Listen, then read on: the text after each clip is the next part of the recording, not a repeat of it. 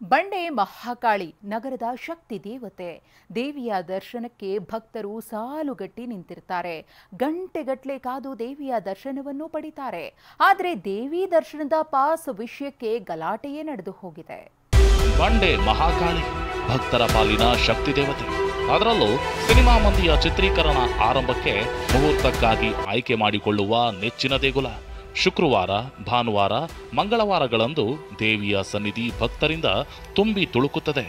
ಆದರೆ ಇದೇ ದೇಗುಲದಲ್ಲಿ ಪಾಸ್ ವಿಚಾರಕ್ಕೆ ಎರಡು ಗುಂಪುಗಳ ನಡುವೆ ಗಲಾಟೆ ನಡೆದಿದೆ. ಬಂಡೆ ಮಹಾಕಾಳಿ ದೇಗುಲದ ಪಾಸ್ ವಿಚಾರಕ್ಕೆ ಗುಂಪುಗಳ ಗಲಾಟೆ.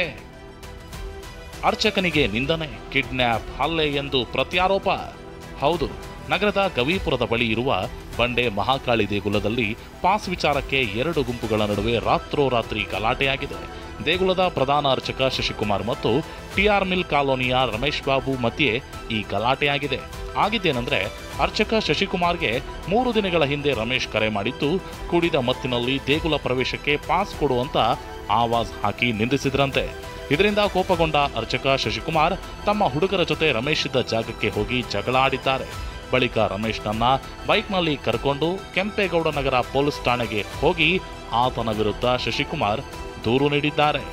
ರಾತ್ರಿ 3 ಗಂಟೆ 1 ಗಂಟೆಗೆ ಕುಡಿದ್ಬಿಟ್ಟು ಫೋನ್ ಮಾಡಿಬಿಟ್ಟು ಪಾಸ್ ಕೊಡು, ಅವ್ರು ಯಾರ್ಯಾರ ಕೈಲೋ ಫೋನ್ ಮಾಡಿಸೋದು, ಪಾಸ್ ಬೇಕು ನಮಗೆ.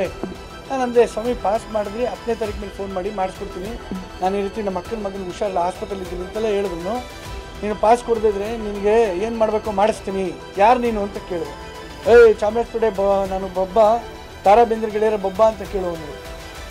ಆದರೆ ಶಶಿಕುಮಾರ್ ಆರೋಪವನ್ನ ರಮೇಶ್ ಅಲ್ಲಗೆಳೆದಿದ್ದಾರೆ. ಪಾಸ್ ವಿಚಾರಕ್ಕೆ ಜಗಳ ಆಗಿದ್ದು ನಿಜ, ಆದರೆ ನನ್ನ ಕಿಡ್ನ್ಯಾಪ್ ಮಾಡಿ ಹಲ್ಲೆ ಮಾಡಿದ್ದಾರೆ ಅಂತ ಹೇಳಿದ್ದಾರೆ. ಶನಿವಾರ ಅಮಾಸೆ ಇತ್ತು ಅಂತ ಪಾಸ್ ಬೇಕು ಅಂತ ಹೋಗಿದೆ.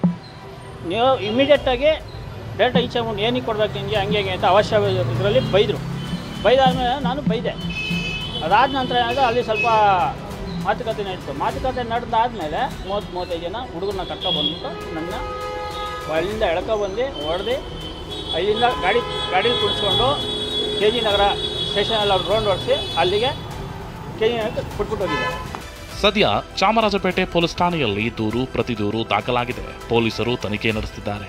ಇಬ್ಬರಲ್ಲಿ ಯಾರದ್ದು ಸರಿ ಅನ್ನೋದು ಆ ಮಹಾಕಾಳಿಗಷ್ಟೇ ಗೊತ್ತು. ಪ್ರದೀಪ್ ಚಿಕ್ಕಾಟಿ, TV9 ಬೆಂಗಳೂರು.